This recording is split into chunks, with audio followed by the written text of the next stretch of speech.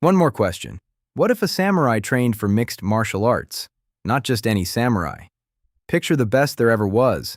The kind of legendary swordsman whose name gets passed down for centuries, dozens of real duels, never once defeated.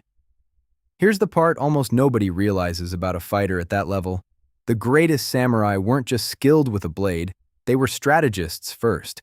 Historical accounts of legendary duels describe fighters deliberately manipulating an opponent's composure before a single strike landed, showing up late on purpose, choosing terrain that worked against a rival, treating the actual violence as the smallest part of winning. That's not swordsmanship. That's psychological warfare, wearing a swordsman's clothes. And the grappling background isn't a stretch either. Samurai trained jujutsu as their unarmed backup system when a blade wasn't an option, and that lineage runs in an unbroken line through judo, through a teacher who brought it to Brazil, straight into the Brazilian jiu-jitsu most UFC fighters use on the ground today. So the actual grappling exchange in a modern fight isn't foreign to a fighter at this level. It's closer to a distant dialect of his own native language. Here's the bold part.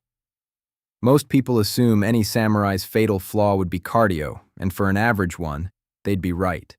Real duels were built to end in 1 or 2 decisive exchanges, nothing like 3 5-minute rounds against an opponent who won't quit. But the best of the best didn't just master a weapon, they mastered adaptation itself. Real strategic writing from that era, still studied today, centers on one core idea: never fight the fight your opponent expects, but instead adjust faster than the man across from you can process what's happening. That's not a swordsman's mindset. That's exactly the mindset that wins modern fights when the physical gap is close. So here's the actual prediction. A fighter at this level still hits the same wall any historical warrior would: the unfamiliar grind of extended rounds, a body conditioned for one explosive exchange instead of 15 straight minutes.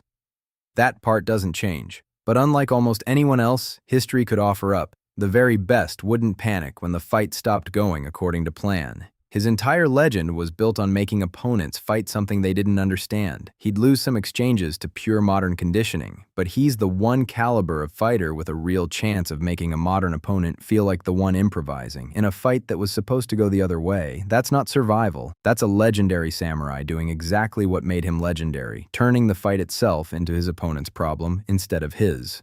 And that's one more question answered. If you liked wondering about this one, subscribing means you'll catch the next one. See you soon.